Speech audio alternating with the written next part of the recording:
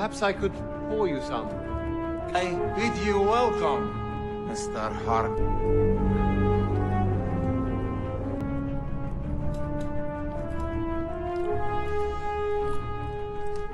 Help you, Mr. Parker. Yes, I need only your signature on a few documents.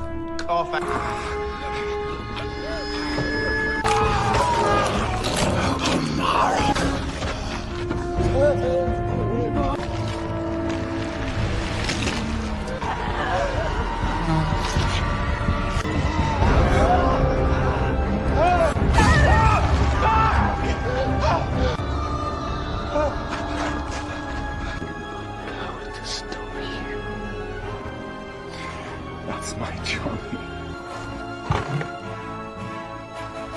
But I think it's mostly heavy. You have no heartbeat, I've undead. But apparently not you. No, but it's in your mind. It's not simple.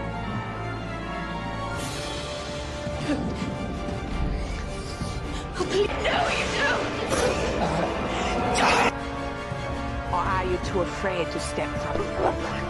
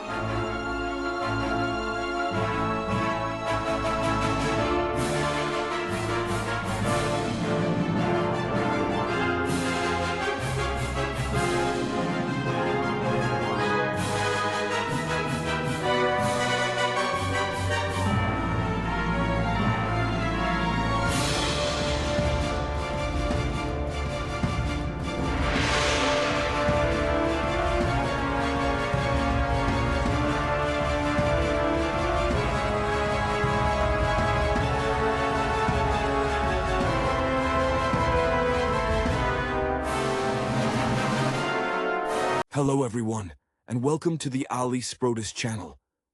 If you're new here, please consider subscribing and hitting that like button. Today, we're going to be discussing the first episode of the series Dracula 2020. That's SO1E01.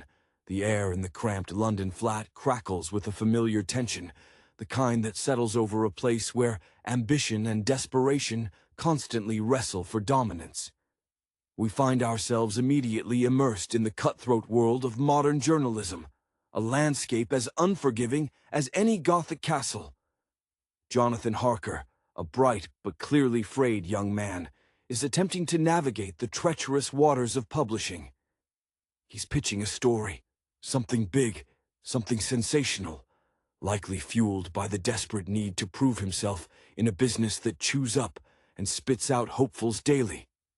His current endeavor, however, seems less about truth and more about spectacle, a theme that shadows so many careers in the media sphere. Enter the formidable presence of Lucy Westenra. She's not just a socialite. She possesses an intellect that cuts through superficiality, a trait that perhaps stems from her own intellectual pursuits, maybe even a hidden scholarly past, struggling to reconcile with societal expectations placed upon women of her standing. Her relationship with Jonathan feels strained, perhaps a casualty of his all-consuming professional drive. We see the familiar dance of misunderstanding and miscommunication played out against the backdrop of burgeoning modernity clashing with ancient secrets. Then, the catalyst arrives. Mina Murray. Her introduction is subtle, yet immediately impactful. Mina embodies a quiet, meticulous intelligence. If Jonathan is the dreamer chasing headlines, Mina is the anchor, perhaps drawn to the structured logic of law or academia before being pulled into the whirlwind of the unfolding events. There's an undeniable connection between her and Lucy, a depth of understanding that bypasses the usual pleasantries. The narrative pivots sharply as the threat manifests. This isn't the brooding count of classic cinema. This is a predator adapting, modernizing.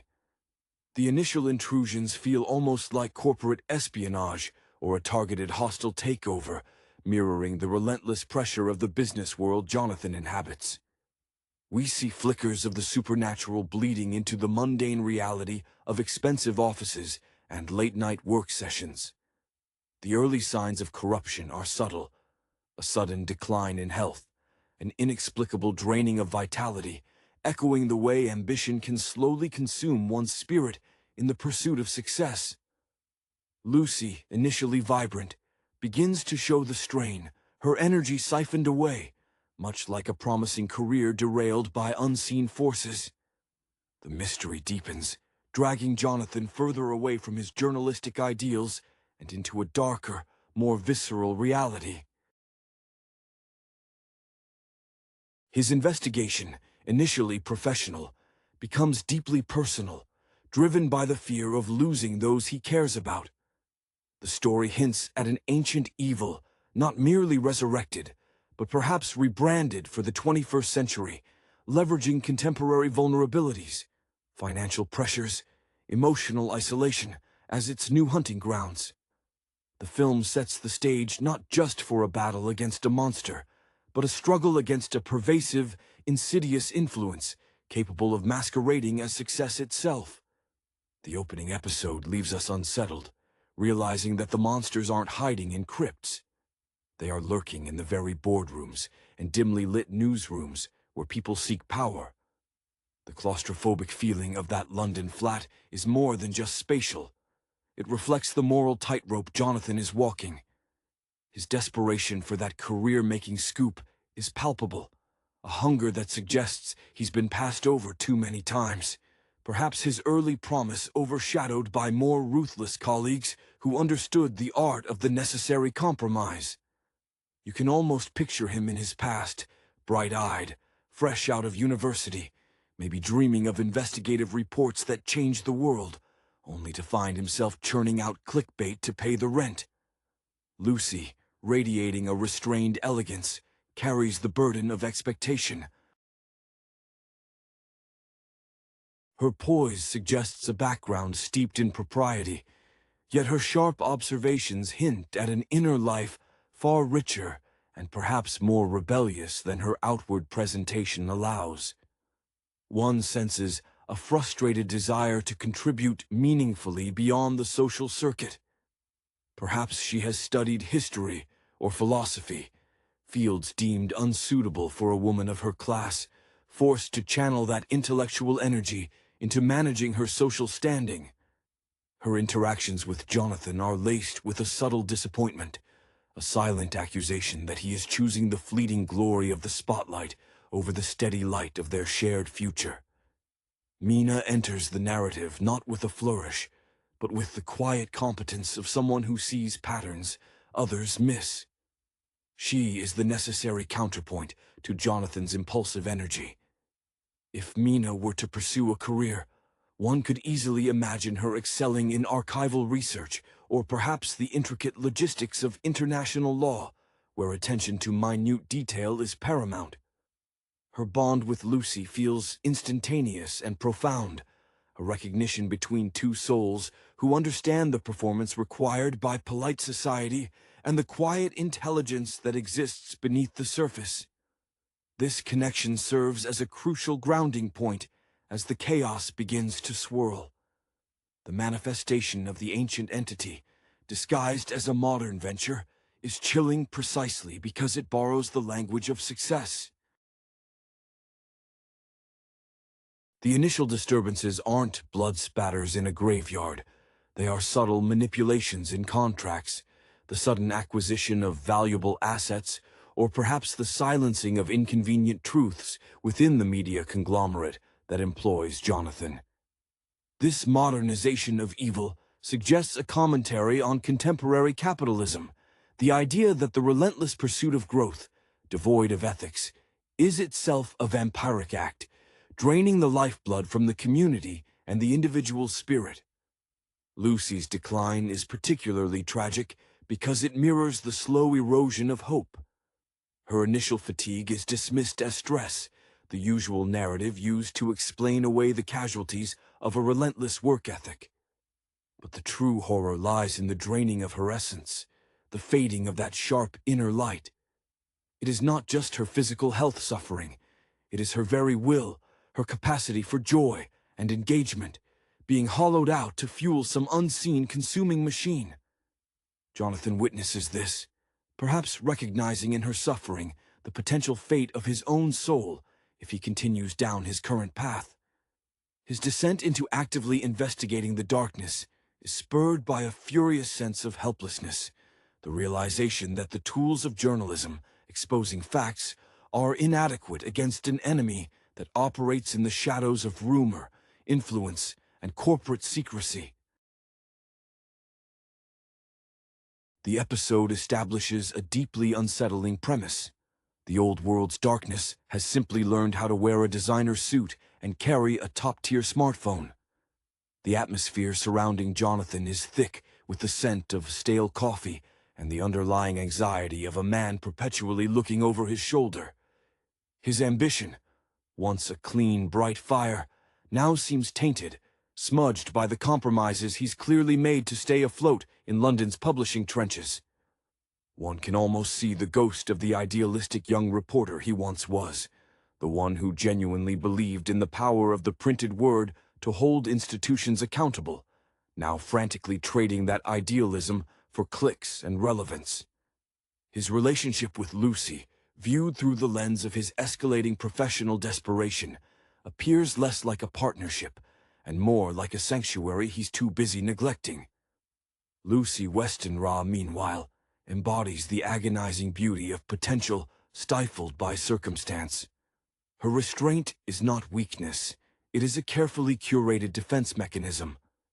She possesses the intellectual rigor of someone who could easily manage a major museum collection or chair a university board, yet she is relegated to the performance of elegant hostess. Her beauty is overshadowed by a keen, almost clinical observation of the world around her. She is reading the room, always.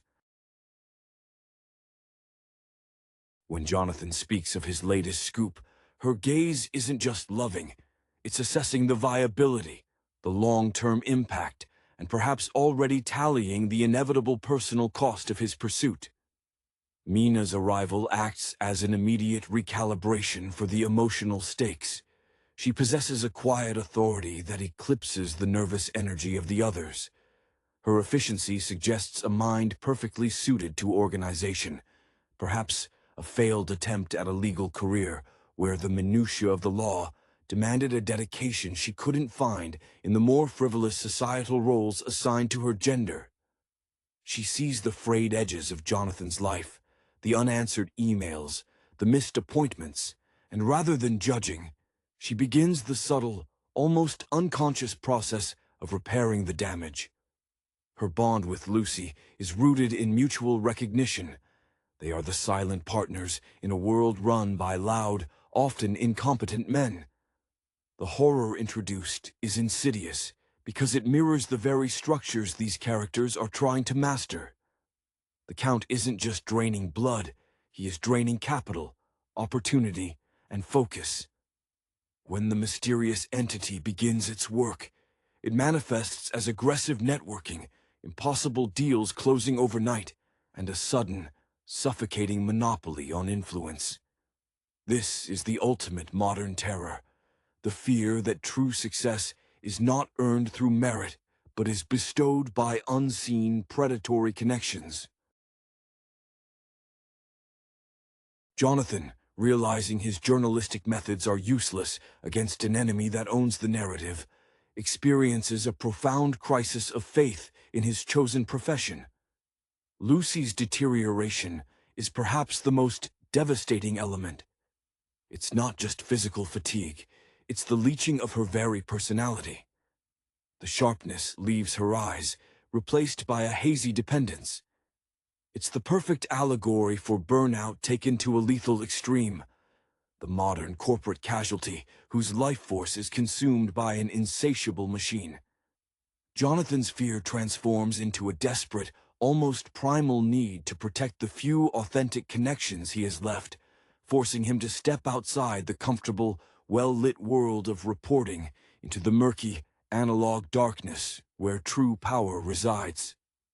The episode sets up a battle not against a creature of legend, but against the very spirit of exploitative modernity that promises success while demanding absolute surrender. The escalation of the uncanny into the everyday life of the characters becomes increasingly pronounced, moving beyond vague professional anxieties into tangible threats to their well-being. As Lucy fades, the medical explanations offered by concerned society doctors feel thin and inadequate, serving only to highlight the failure of conventional knowledge to address a truly ancient malady. This medical skepticism mirrors the journalistic skepticism Jonathan once prized, the refusal to believe in what cannot be quantified or photographed. Now, however, Jonathan finds himself forced to accept the intangible, the horror existing just beyond the range of his camera lens and recording equipment. Mina steps into the void of confusion with an almost clinical focus, perhaps drawing upon her latent organizational talents to research obscure historical texts or forgotten medical histories, searching for precedents that the modern world has conveniently discarded. Her concern for Lucy morphs into an almost obsessive need for comprehension, a desperate attempt to apply logic to the illogical. She becomes the unintentional architect of the counter-investigation, the one whose meticulous nature will ultimately uncover the pattern underlying the chaos. We see the influence of the antagonist solidify its hold. It is no longer just draining individuals, it is manipulating the environment around them. Perhaps Jonathan faces professional sabotage, his sources drying up, his legitimate leads turning into dead ends orchestrated by unseen forces that control the flow of information. This parasitic entity thrives on isolation, systematically severing the reliable connections that form the bedrock of a stable life. Professional networks, social support, and even the simple trust between lovers. The subtle implication is that this creature understands the 21st century perfectly. It weaponizes disconnection. The emotional climax of the episode centers on Jonathan's dawning realization that his pursuit of the sensational story has inadvertently delivered his loved ones directly into the path of something truly predatory. His journalistic hubris, the belief that he could control and report on the darkness without being consumed by it, crumbles. This forces him into the role of the protector, a shift that demands a level of courage far removed from securing an exclusive interview.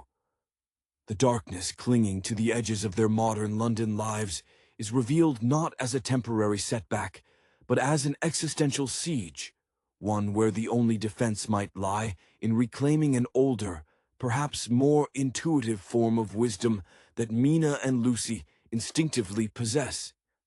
The stage is set for a confrontation where intellect must yield to raw, protective instinct against an enemy that has spent centuries perfecting the art of deception. The creeping horror manifests in the details of their privileged existence, transforming the symbols of their success into instruments of their doom. Jonathan, haunted by Lucy's increasingly spectral appearance, finds his once sharp journalistic eye now clouded by paranoia. Every sudden silence on the phone line, every unexpected request for a meeting in a secluded location, feels like another calculated maneuver by the predator. His professional instincts, honed by years of sniffing out corporate lies, now turn inward, making him suspicious even of his own diminishing mental fortitude. He is a man of facts, suddenly confronting something that defies documentation, a situation that must be excruciating for someone whose entire identity is built on verifiable truth.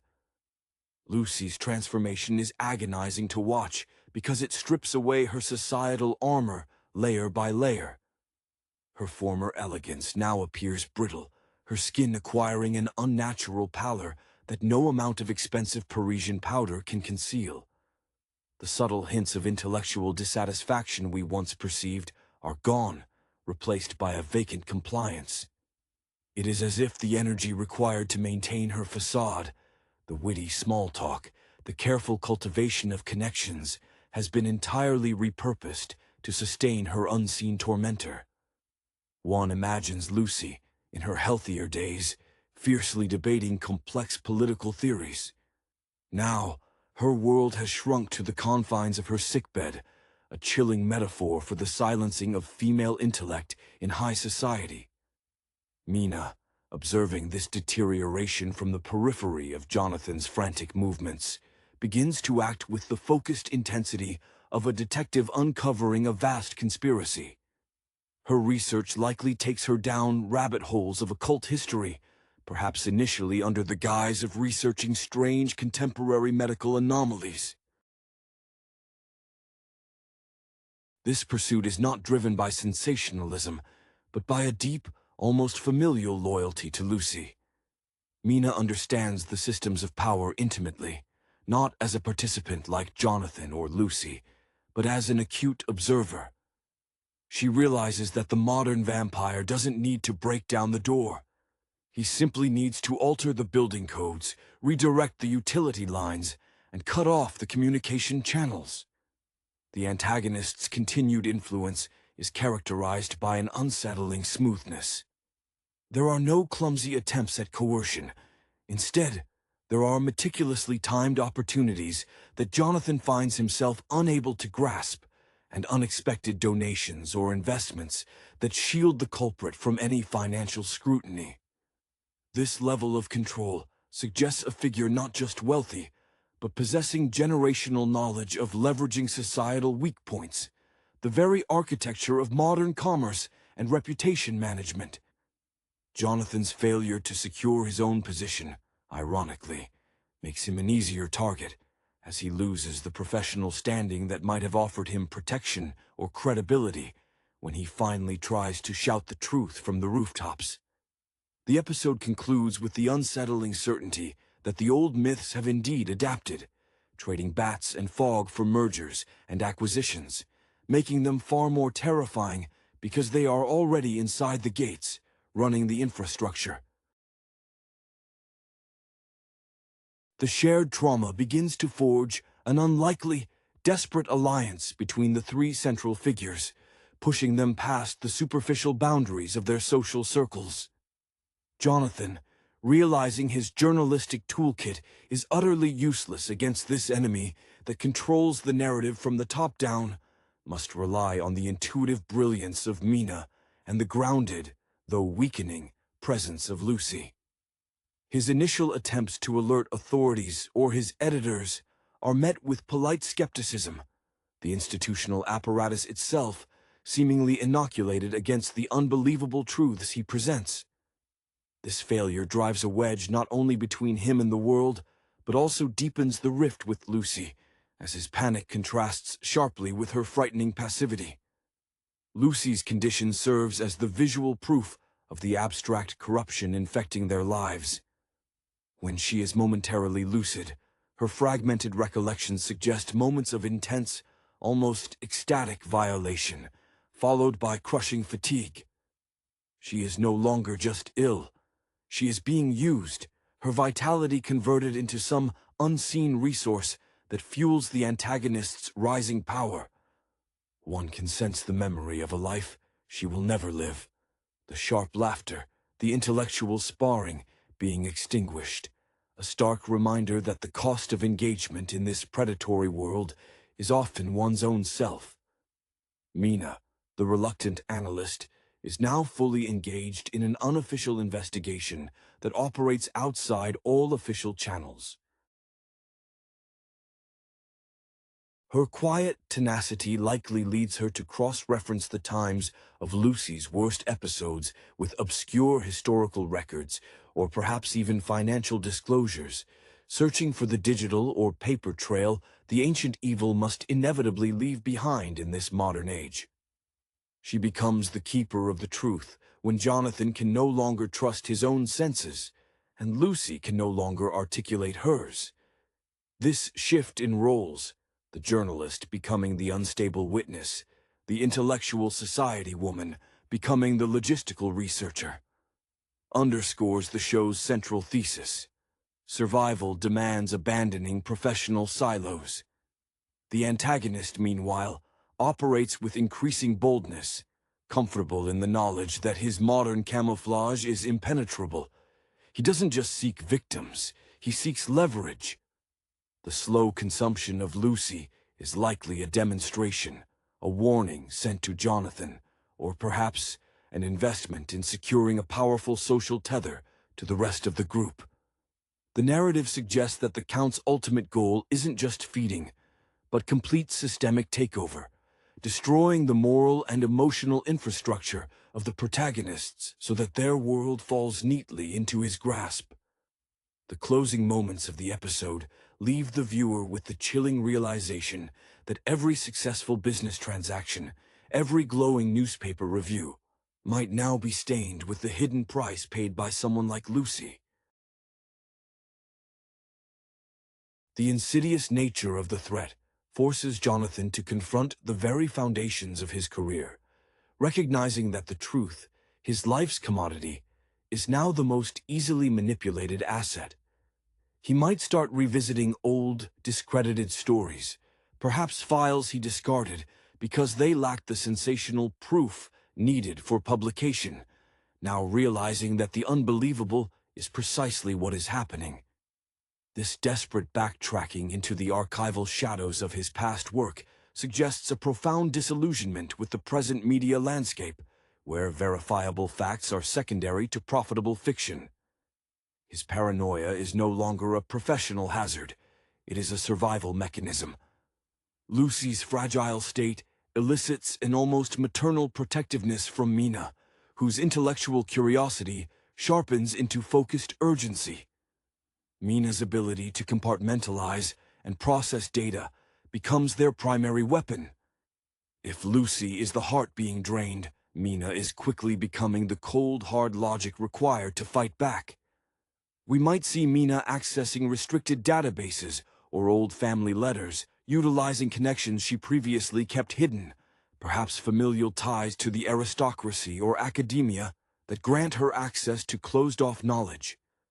Her dedication isn't just friendship, it's a calculated commitment to dismantling a threat that operates through systemic loopholes. The modern Count's movements are becoming bolder, precisely because he senses their weakening defenses. His interactions, when they occur, are cloaked in overwhelming charm and apparent generosity, perhaps offering Jonathan a lucrative contract or a guaranteed front-page exclusive, a poisoned apple disguised as professional salvation. This showcases his mastery over temptation. He doesn't force confrontation. He co-opts success. He is demonstrating that in the modern world, the greatest danger comes wrapped in an invitation to collaborate. The episode subtly introduces the concept of the coven, or the network that sustains this evil in the contemporary setting. It's not a group of cloaked figures meeting in a castle. It's a network of compliant bankers, unquestioning city officials and media figures who benefit, directly or indirectly, from the Count's presence. Jonathan's inability to get a straight answer from anyone in power hints at this systemic corruption, a web so tightly woven that exposing one thread only reveals the strength of the whole structure. The first episode thus closes on a note of overwhelming isolation, where the protagonists are realizing they are not just fighting a monster, but fighting the entire carefully constructed illusion of their successful society. He might start revisiting old, discredited stories, perhaps files he discarded because they lacked the sensational proof needed for publication, now realizing that the unbelievable is precisely what is happening. The episode subtly introduces the concept of the coven, or the network that sustains this evil in the contemporary setting. The opening episode of Dracula 2020 establishes a familiar yet subtly modernized Gothic tapestry, immediately immersing the viewer in the opulent shadows and moral decay that have always characterized this mythos.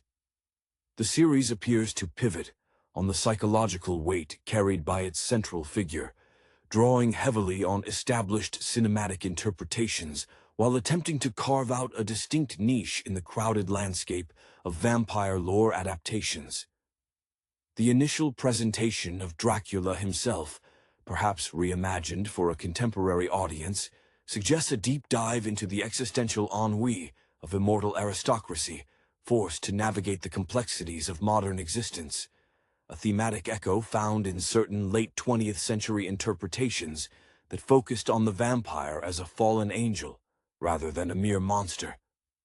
The casting choices seem deliberate, leaning into actors whose established screen presence carries a certain gravitas, which is crucial when tackling such an iconic, almost overburdened character.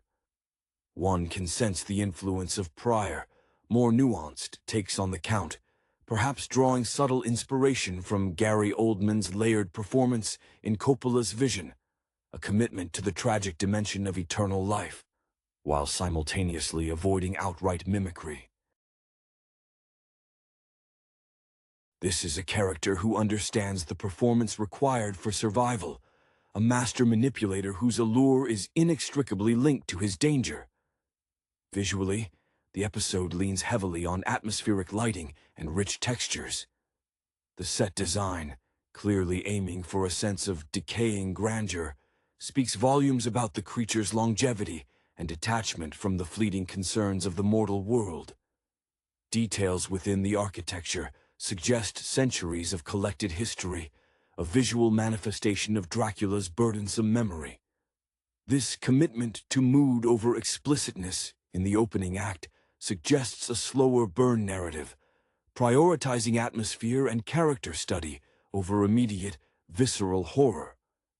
The pacing, initially deliberate, allows the audience to settle into the world's specific tone, a world where shadows are not just absences of light, but active participants in the drama. The introduction of supporting characters, likely proxies or inheritors of the Dracula legacy, hints at explorations of inherited trauma and obligation. If the series follows the trajectory suggested by similar modern adaptations, these characters will serve as mirrors, reflecting different facets of Dracula's centuries-long existence, perhaps reflecting his lost humanity or his capacity for controlling influence. Their narrative function early on is to anchor the mythical figure within a recognizable social structure, even if that structure is already crumbling under the weight of his presence. The overall impression left by this premiere is one of sophisticated restraint.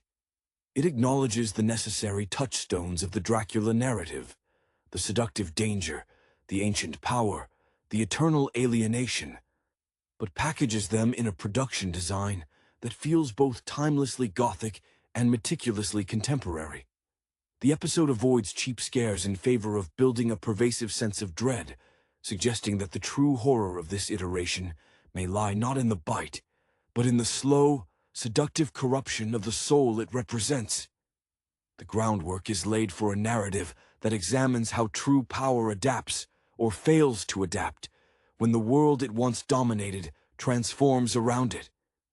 The atmosphere established in the opening is thick, almost claustrophobic, mirroring the internal state of a creature perpetually caught between worlds. The camera work, favoring slow, deliberate pans and deep focus shots, compels the viewer to linger on the details: the dust motes dancing in shafts of moonlight, the intricate carvings on ancient wood, the almost imperceptible tremor in the Count's hand when he reaches for a glass of blood, perhaps an early indication of fatigue rather than hunger.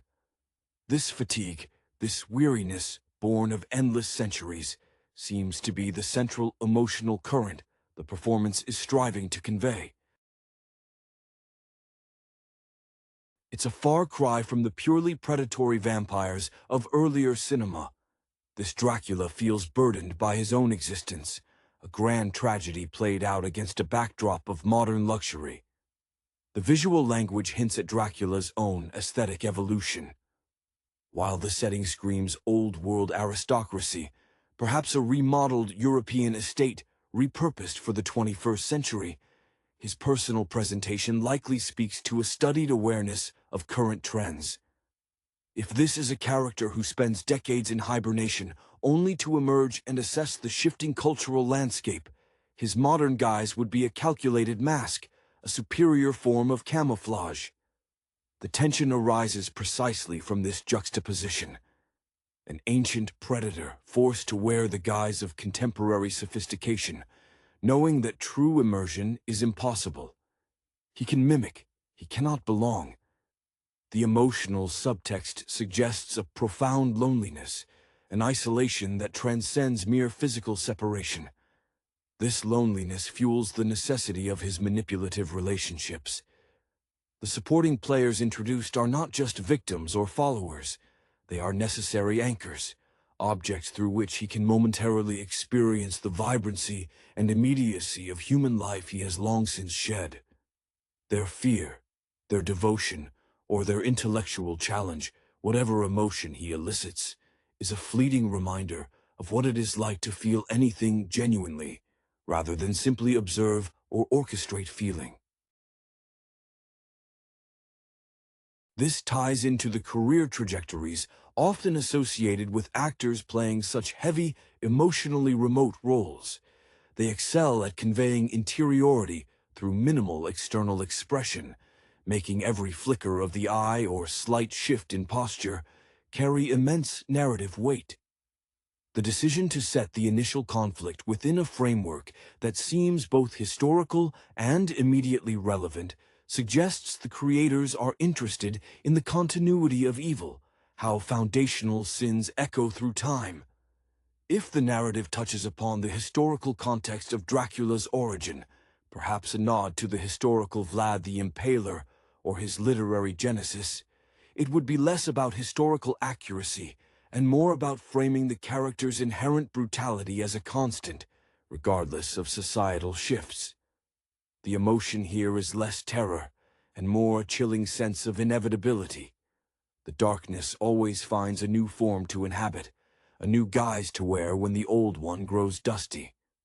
The episode successfully plants the seed that the true horror lies in witnessing an immortal entity trying desperately to remain relevant, yet fundamentally incapable of change.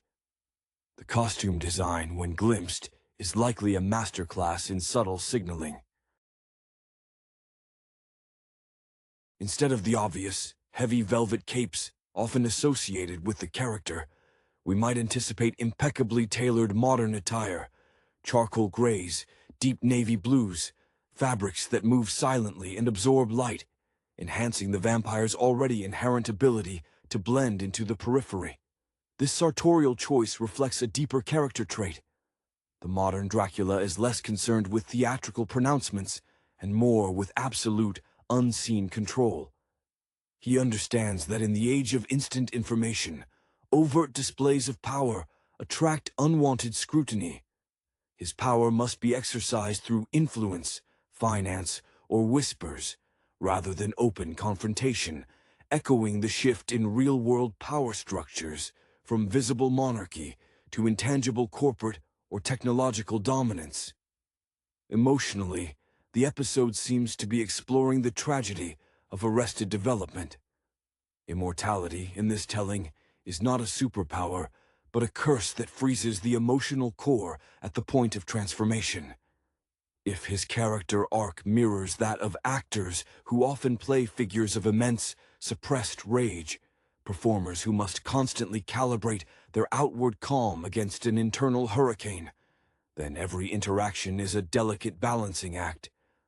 The quiet intensity in the lead actor's gaze must suggest not merely predatory hunger, but perhaps the memory of 1,000 sunsets watched alone, an infinite backlog of regrets masked by impeccable manners. This deep well of internalized pain is what makes him compelling.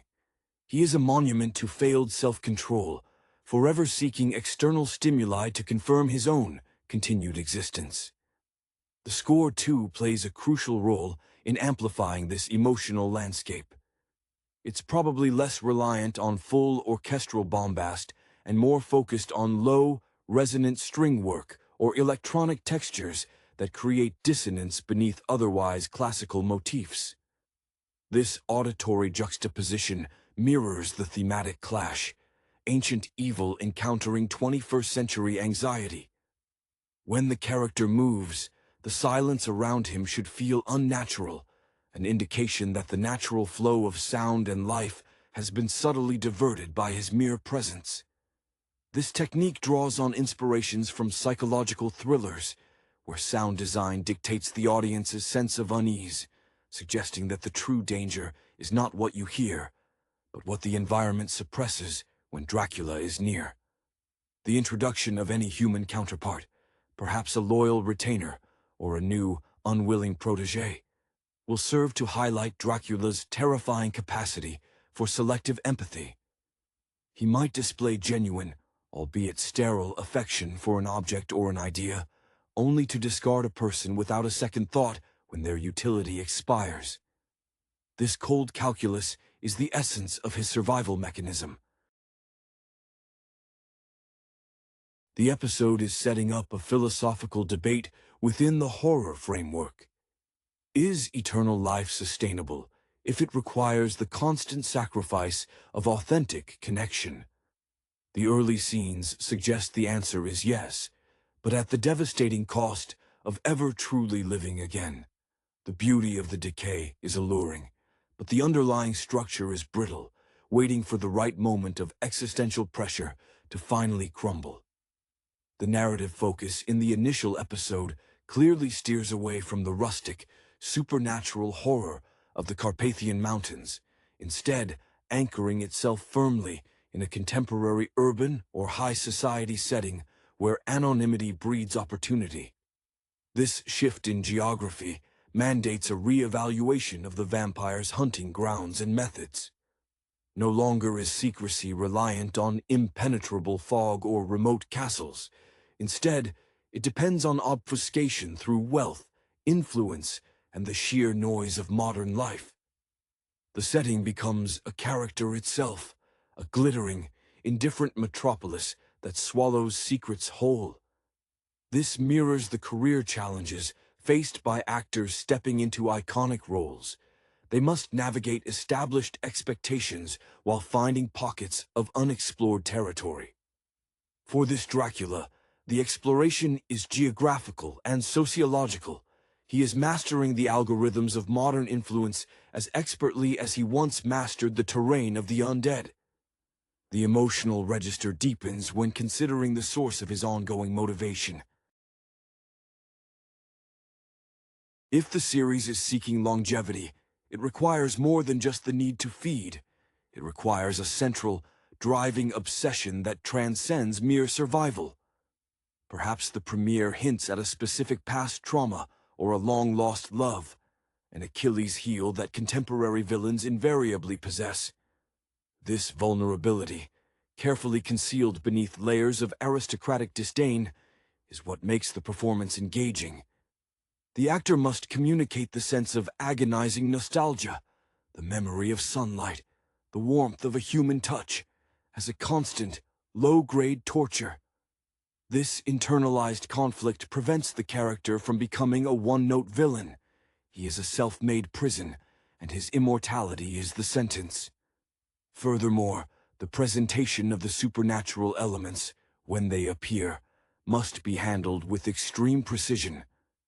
If the episode employs any visible transformation or display of superhuman strength, it is likely fleeting and almost apologetic, as if the character resents having to break the facade of normalcy.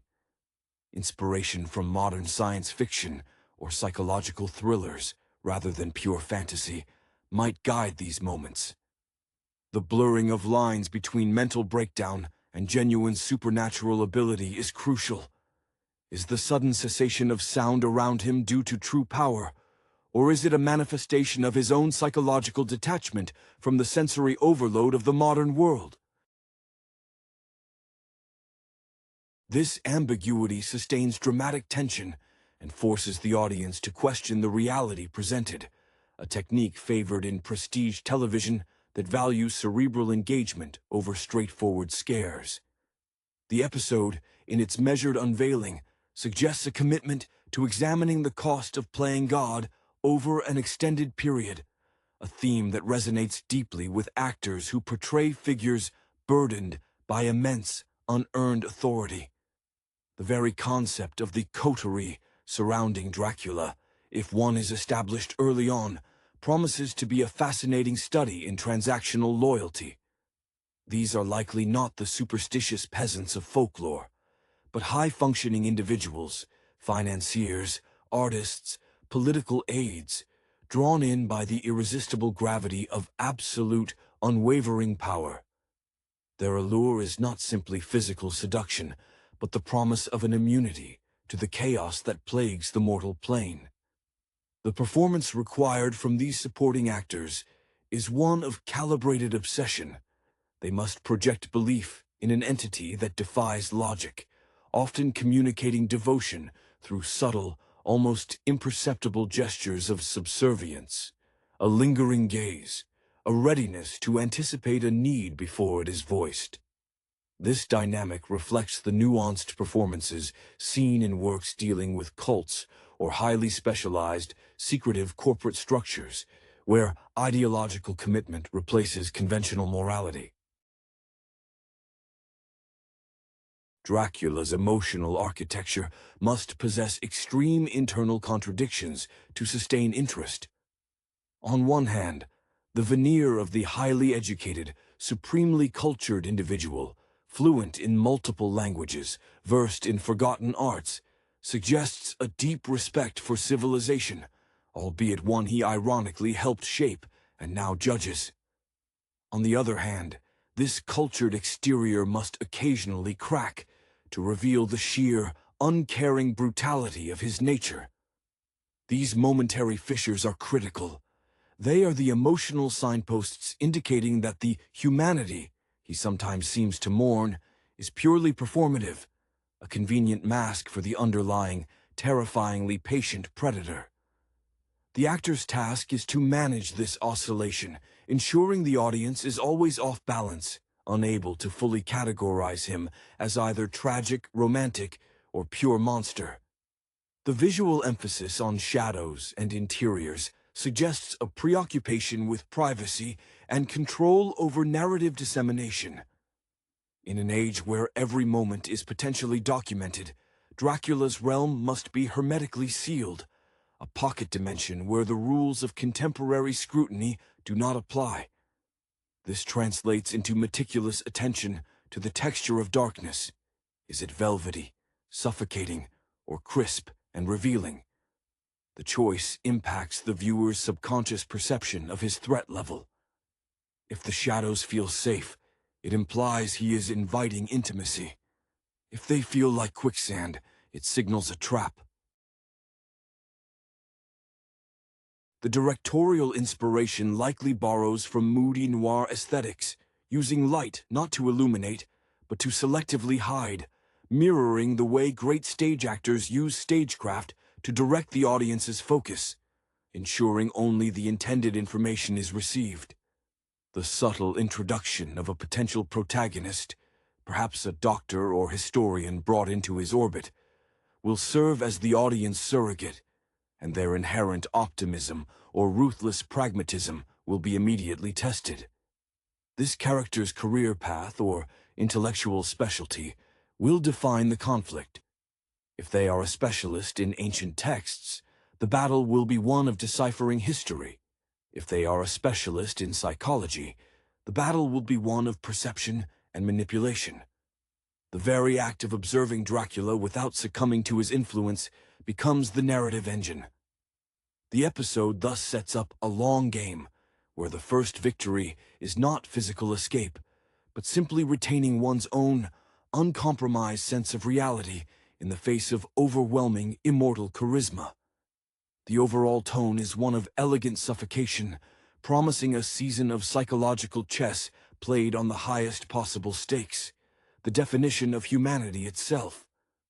The meticulous world-building observed in the premiere extends beyond mere aesthetics. It suggests a deep consideration of the vampire's relationship with historical precedent and inherited guilt. If the narrative draws heavily from the literary origins, we might anticipate moments where Dracula reflects not just on his own existence, but on the entire lineage of predatory power he represents. This introspection often manifests in subtle disdain for the crude methods of lesser creatures, or even his own youthful excesses. He is, perhaps, haunted by a primordial boredom that no amount of modern acquisition can quell. This suggests the actor must convey intellectual superiority mixed with profound weariness, a common trajectory for performers tackling ancient, world-weary characters who have seen every human folly repeat itself ad nauseum. Their subtle career move is shifting from sheer physical menace to intellectual dominance, where the real weapon is comprehensive, unassailable knowledge. Emotionally, the constraints of immortality breed a peculiar kind of hyper-awareness regarding time. Every fleeting human connection is scrutinized not for its depth, but for its duration and utility. This creates a chilling transactional undercurrent in all his relationships. When he shows kindness, it is calculated patronage. When he expresses anger, it is the frustration of a chess master whose opponent has moved an unexpected pawn. The audience is made privy to this calculus, creating a sense of voyeuristic complicity with the monster. We understand his logic, even as we recoil from its inhumanity. This aligns with performances where actors specialize in conveying cold, internal calculation, relying on precise articulation and controlled body language. The vampire never rushes, because he literally cannot afford to waste time on inefficiency. The environment he inhabits likely functions as a highly personalized museum of conquered identities. Scattered artifacts, perhaps seemingly innocuous pieces of art or rare books, are not mere decorations, but trophies. Each item holds a memory tied to a specific victim, an era, or a failed attempt at connection. Unpacking these silent testimonials would be a powerful tool for the supporting cast to use against him, or for Dracula himself to wield as instruments of psychological warfare. The true tension will arise when one of these objects, perhaps something sentimental and deceptively mundane, momentarily punctures his carefully constructed defenses, revealing the raw, unresolved grief beneath the centuries of polished indifference. Furthermore, the series appears to be exploring the vampire as an apex consumer, not just of blood, but of culture and influence. His involvement in contemporary affairs, be it high finance, technological innovation, or political maneuvering, suggests that the old need to rule from a dark castle has been replaced by a more insidious need to control the levers of modern civilization from the shadows. This demands that the character possess an almost supernatural grasp of current affairs, indicating that his centuries spent observing humanity have not been idle. He has learned to leverage societal anxieties and structural weaknesses, making him not just a supernatural threat, but a profoundly relevant socio-political one. The opening episode is establishing the foundation for a complex modern horror narrative where the supernatural is merely the engine driving an exploration of timeless, corrupting power. The initial presentation of the Count's dwelling, while steeped in Gothic tradition, subtly incorporates elements of minimalist, almost brutalist modernity. This juxtaposition is key to understanding the contemporary psychological angle the series is pursuing. The deep, dark wood paneling and heavy draperies, symbols of enclosure and hidden history, are likely punctuated by vast expanses of glass or steel accents, suggesting a creature that is both entirely reliant on its secluded past and yet painfully aware of the need to interface with the glaring transparency of the modern world. This architectural tension mirrors the actor's internal struggle. The performance requires projecting an aura of impregnable antiquity while simultaneously engaging with digital communication and 21st century surveillance. The home is a fortress built against the light, but its design acknowledges the pervasive nature of that light. Emotionally, the episode hinges on the concept of performance fatigue. For a creature whose entire existence is predicated on maintaining an elaborate illusion, be it the illusion of mortality, benevolence, or even simple indifference, the constant effort must be exhausting. This emotional drain might manifest in very specific physical tells, perhaps an overly precise use of language, where every syllable is measured to prevent accidental revelation.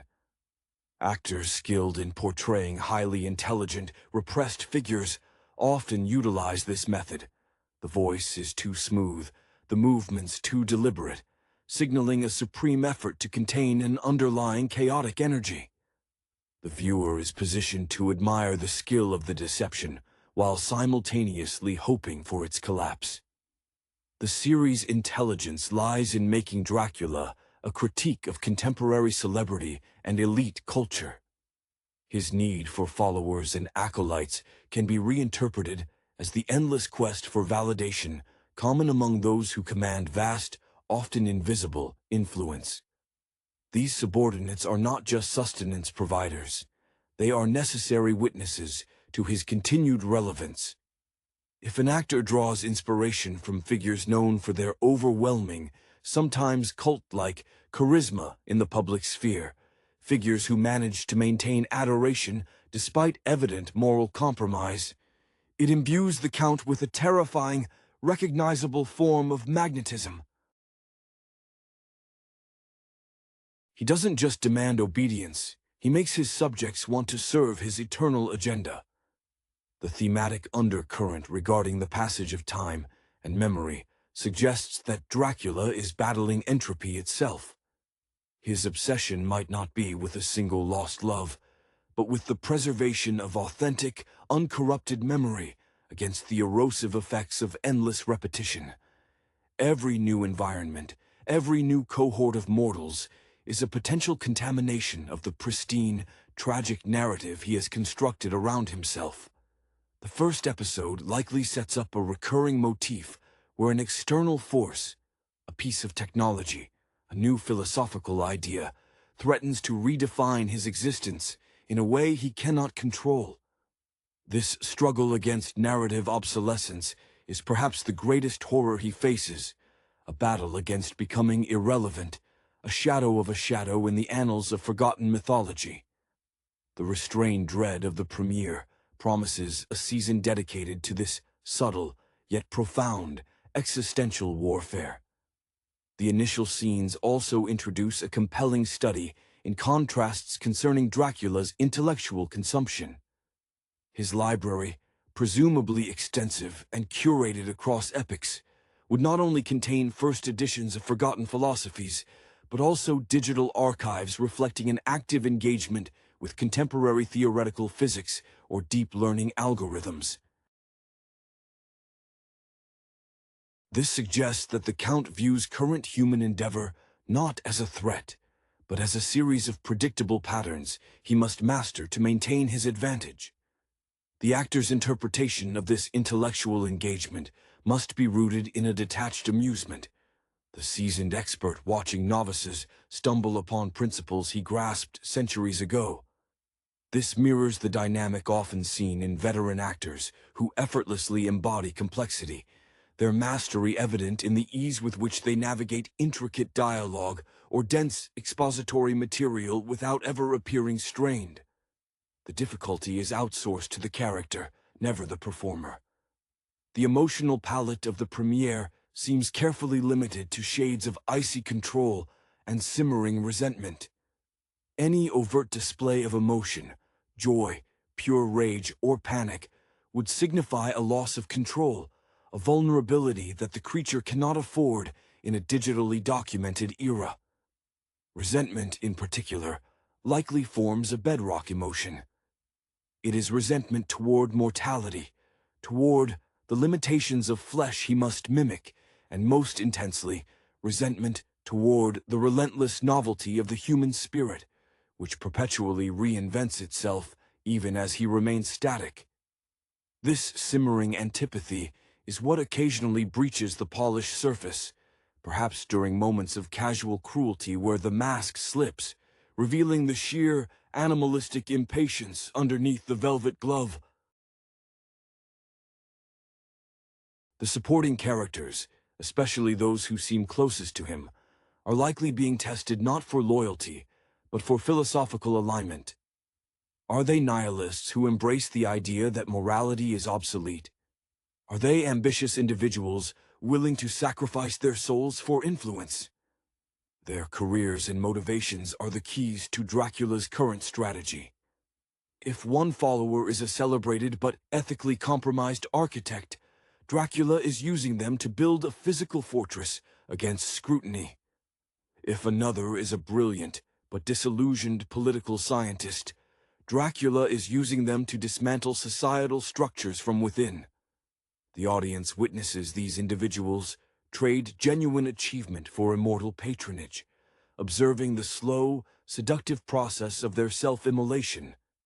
This narrative device allows the series to comment sharply on contemporary moral compromise without having Dracula constantly monologue about his evil nature. The utilization of sound design, particularly silence, is likely being employed to signify Dracula's effect on localized reality.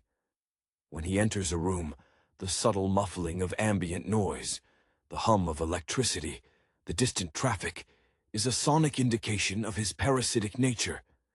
He consumes the surrounding vitality, including its sensory texture. This is a sophisticated horror mechanism, drawing inspiration from atmospheric thrillers, where the absence of expected sound creates deeper anxiety than a sudden loud noise. It signifies that the world is literally bending to accommodate his presence, and the audience is left with the chilling understanding that the greatest threat is not an open attack, but the quiet, insidious draining away of the familiar order. The episode thus establishes a sophisticated horror ontology, where the primary conflict is systemic control rather than mere physical survival. The visual representation of Dracula's age and experience is likely conveyed through minute details of physical texture rather than overt aging makeup. Perhaps the skin around his eyes holds an almost crystalline dryness, suggesting millennia of exposure to environments ranging from dusty crypts to sterile climate-controlled vaults. This attention to almost microscopic detail aligns with the meticulous approach of actors who build characters from the inside out, relying on subtle physical manifestations of deep psychological burdens. His movements, while graceful, may carry a fractional stiffness, a slight hesitation before executing rapid actions, hinting at the constant need to recalibrate his ancient musculature to the physics of a younger body he inhabits. The emotional architecture of his interactions with potential human collaborators often revolves around the concept of a shared secret, forging a bond that is both intoxicating and utterly binding. When he speaks to these individuals, his gaze lingers just a moment, too long, not in lust, but in assessment, cataloging their weaknesses, cataloging the precise emotional lever needed for their complete subjugation. This mirrors the intense, focused energy required from actors portraying master interrogators or therapists who hold undue power. The actor must project absolute sincerity while simultaneously communicating profound, hidden calculation. The emotion he elicits is not merely fear, but a perverse sense of destiny, the belief that being chosen by this eternal entity validates their mundane existence. The thematic exploration of memory and historical revisionism is a crucial, perhaps defining element of this modern adaptation. Dracula likely possesses the means, perhaps through technology or sheer manipulative force, to subtly edit the collective memory surrounding himself. If he moves within the highest echelons of society, his influence would extend to rewriting digital histories, burying old scandals, or commissioning art that subtly mythologizes his presence in past centuries. This speaks to a deep-seated fear common in powerful figures, the desire to control one's own legacy. For the vampire, this control is literally eternal, meaning he must constantly prune the weeds of inconvenient truth. This aspect of the plot suggests a narrative rich with paranoia and conspiracy, where reality itself is subject to the Count's editorial pen. The premiere's deliberate pacing serves to establish the sheer weight of his existence. The opening scenes are designed to feel deliberate, almost ritualistic, even in mundane activities like sipping wine or studying a report. This slowness is his shield and his curse. It allows him to observe the fleeting, rapid-fire pace of modern life with an almost anthropological detachment, but it also isolates him. Any sudden acceleration of the plot, any unexpected external factor that forces him to move quickly, would betray his true nature and potentially shatter the delicate equilibrium he has constructed. The episode is thus a carefully maintained pressure cooker, promising that the eventual explosion of action will be both shocking and deeply earned, a release of centuries of meticulously contained power. The narrative structure hints at a recurring conflict between Dracula's ancient, instinctual self and the highly refined, sociological persona he has cultivated for survival in the contemporary era. This dual existence necessitates a constant, exhausting internal negotiation. When he is forced to engage in outright predation, the episode likely frames it as a regrettable necessity, a relapse into a base behavior that mars his carefully constructed image of aristocratic refinement.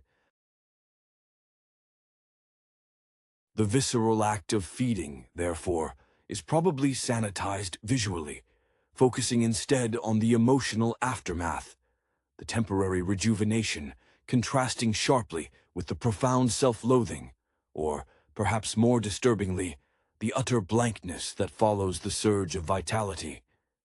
This echoes the challenges faced by performers in prestige dramas who must portray characters oscillating between moments of profound human connection and shocking inhumanity. The skill lies in making both extremes feel equally authentic to the character's fractured psyche.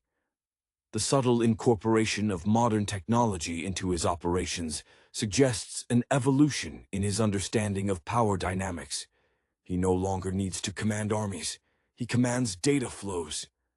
His inspiration for manipulation might now come less from Machiavelli and more from contemporary behavioral economics or targeted digital advertising campaigns. This shift means his acolytes are likely tasked with creating specific vectors of societal fracture, amplifying political divides, targeting vulnerabilities in financial markets, or controlling narratives through sophisticated disinformation. The episode subtly suggests that the old methods of brute force are obsolete. True immortality in the 21st century requires mastery over perception and systemic control. Emotionally, the series seems poised to explore the vampire's relationship with genuine beauty and creativity. Having witnessed the rise and fall of countless artistic movements, Dracula might approach contemporary art or music with a jaded eye, searching for an authenticity that his own manufactured existence seems incapable of replicating. If he takes a specific interest in a modern artist, it is likely driven by a desire to possess, understand, or ultimately corrupt a pure source of human expression. This desire is born from a deep, icy loneliness, the longing for something that is inherently ephemeral, something he can never truly create or sustain himself. This search for the genuine in a world he actively molds into artifice provides a poignant, if distant, counterpoint to his villainy. The visual representation of his influence over the human supporting cast will likely be characterized by muted palettes and controlled spatial dynamics.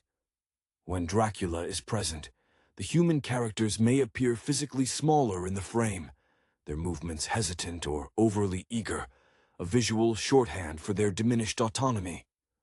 Conversely, when he is absent, the world around them might seem too loud, too brightly lit, signifying their profound disorientation without his gravitational pull. This underscores the central thesis. The greatest horror is not death, but the willingly surrendered self. The first episode lays the foundation for a season where the battleground is the interior landscape of the human soul, subtly eroded by the promise of eternal proximity to power. The meticulous detail extended to the Count's personal habits suggests an almost fetishistic relationship with control over his environment. If the premiere features any scene of him interacting with mundane objects, a pen, a mobile device, a piece of antique furniture, the interaction will be laden with significance. His handling of these items is often too perfect, too slow, indicating a cognitive dissonance. The mind is centuries old, processing the present at a glacial pace, while the body must execute tasks calibrated for the speed of modern life. This speaks to the performer's career challenge, embodying immense ancient wisdom without letting that wisdom translate into slowness that paralyzes the plot. The success of the opening hinges on making this controlled precision feel like a powerful advantage, not a crippling disability. The exploration of romantic or quasi-romantic entanglement, a staple of the Dracula mythos, is likely being filtered through a lens of existential parody. Any affection displayed is less about passion and more about the recognition of a successful specimen, a creature or human whose particular blend of intelligence, beauty, or utility mirrors some lost aspect of his own being. The emotional payoff sought by Dracula is not reciprocation, but confirmation of his own enduring power to inspire such devotion, however twisted. This echoes the performances of actors who specialize in playing deeply narcissistic figures. Their outward displays of affection are merely complex methods of self-affirmation, meticulously engineered mirror gazes. The inherent tragedy is that he cannot accept genuine, unconditional love because he no longer recognizes its form. Furthermore, the series seems to position Dracula as the ultimate historical revisionist, not just politically, but personally. He likely revisits locations from his past, not with nostalgic yearning, but with a critical eye, evaluating whether his actions in that era were maximally effective. This grants the narrative a unique temporal fluidity. His internal monologue, if any is revealed, would treat the medieval period with the same detached critique he applies to current Wall Street activities. This dispassionate dissection of his own history is the ultimate expression of his immortality, the ability to remain unattached even to his own origins. The audience recognizes in this a reflection of how figures of immense, long-standing influence often view historical narratives as malleable tools serving the present power structure. The tension concerning the supporting human element is rooted in their inevitable self-destruction, which Dracula observes with clinical interest.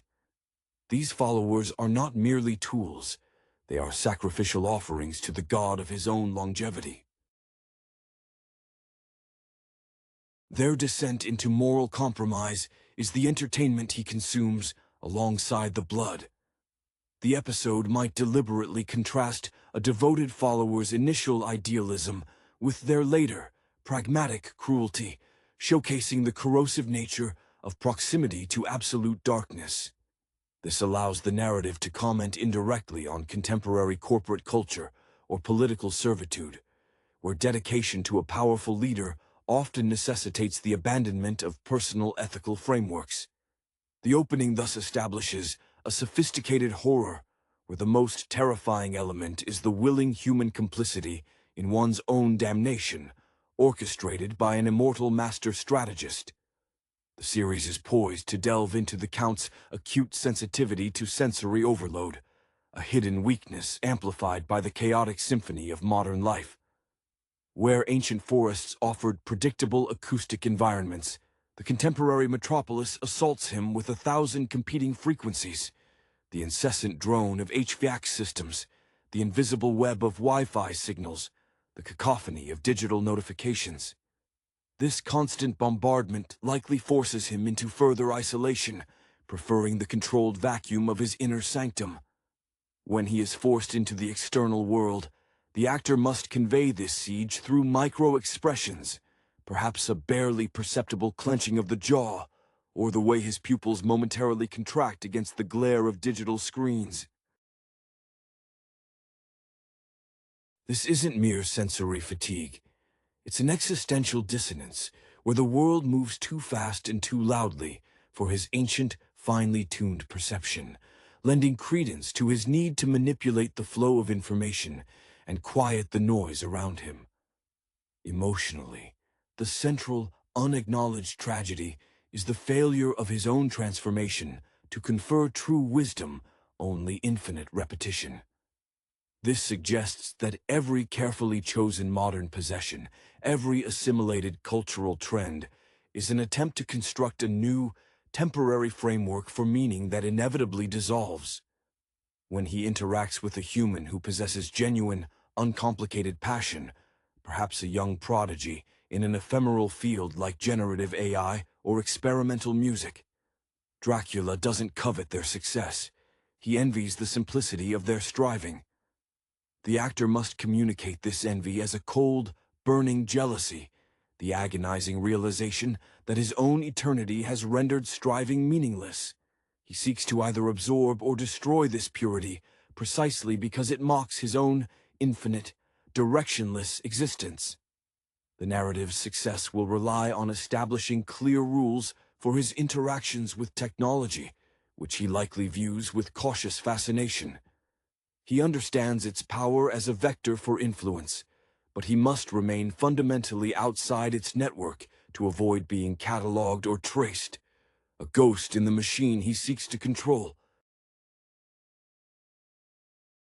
When handling a smartphone or tablet, his touch would be hesitant, almost clinical, treating the device like a potentially infectious biological specimen. This contrast between mastering global finance through digital means and refusing personal immersion is the cornerstone of his modern camouflage. It speaks to the career dichotomy of actors who excel at portraying powerful, manipulative figures. They must convincingly master the language of the current era without ever appearing to fully believe in its fleeting importance. Finally, the introduction of a direct antagonist, or a threat that bypasses his usual surveillance and financial defenses, will reveal the core of his defensive programming. If the threat is something elemental, something that speaks to the supernatural laws he thought he had outmaneuvered, his composed facade must fracture. This moment of genuine panic, the loss of control over the narrative, would be the episode's climax. It won't be the roar of a monster, but the sharp, desperate intake of breath from a creature realizing that, for all its centuries of planning and adaptation, it remains subject to ancient, unforgiving truths. This vulnerability, fleeting though it may be, is the only thing that makes him relatable. The immortal king suddenly facing the possibility of obsolescence or, worse, true, inescapable oblivion. Hello everyone, and welcome to the Ali Sprotus channel. If you're new here, please consider subscribing and hitting that like button. Today, we're going to be discussing the first episode of the series Dracula 2020. That's SO1E01. The air in the cramped London flat crackles with a familiar tension, the kind that settles over a place where ambition and desperation constantly wrestle for dominance. We find ourselves immediately immersed in the cutthroat world of modern journalism, a landscape as unforgiving as any Gothic castle. Jonathan Harker, a bright but clearly frayed young man, is attempting to navigate the treacherous waters of publishing. He's pitching a story, something big, something sensational, likely fueled by the desperate need to prove himself in a business that chews up and spits out hopefuls daily. His current endeavor, however, seems less about truth